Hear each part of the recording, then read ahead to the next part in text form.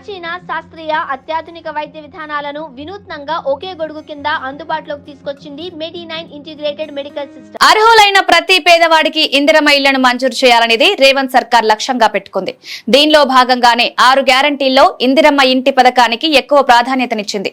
అర్హులైన వారి నుంచి ప్రజాపాలన, గ్రామ సభల ద్వారా దరఖాస్తులను స్వీకరించారు. జనవరి 26వ తేదీన ఈ పథకాన్ని ప్రారంభించిన ప్రభుత్వం జిల్లాల వారీగా అర్హుల జాబితాను ప్రకటించింది. తొలి విడతగా ఇంటి స్థలం ఉన్న వారికి ప్రాధాన్యత ఇవ్వనుంది.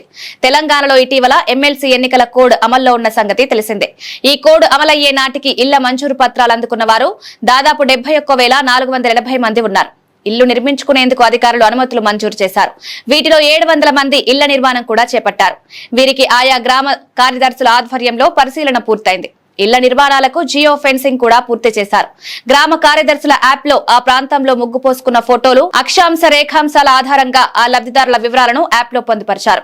అధికారులు తనిఖీకి వచ్చినప్పుడు కూడా అదే ప్రదేశంలో ఇళ్ల నిర్మాణం ఉండాలని కార్యదర్శులు వారికి సూచించారు.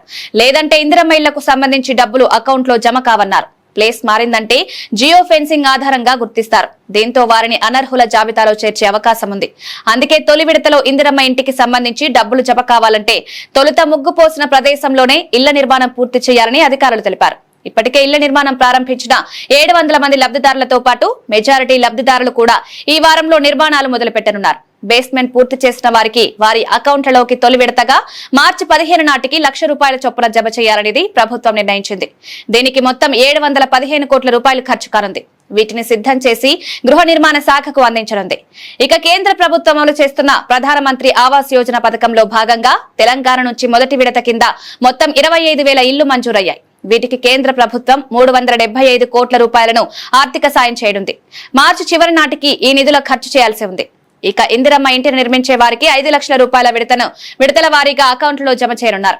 లబ్ధిదారులకు బేస్మెంట్ లెవెల్ వరకు నిర్మిస్తే ₹1,00,000, గోడలు నిర్మించాక 1.25 లక్షలు, స్లాబ్ తర్వాత 1.75 లక్షలు, నిర్మాణం పూర్తయ్యాక మరో ₹1,00,000 అకౌంట్లలోకి ప్రభుత్వం జమ చేయనుంది.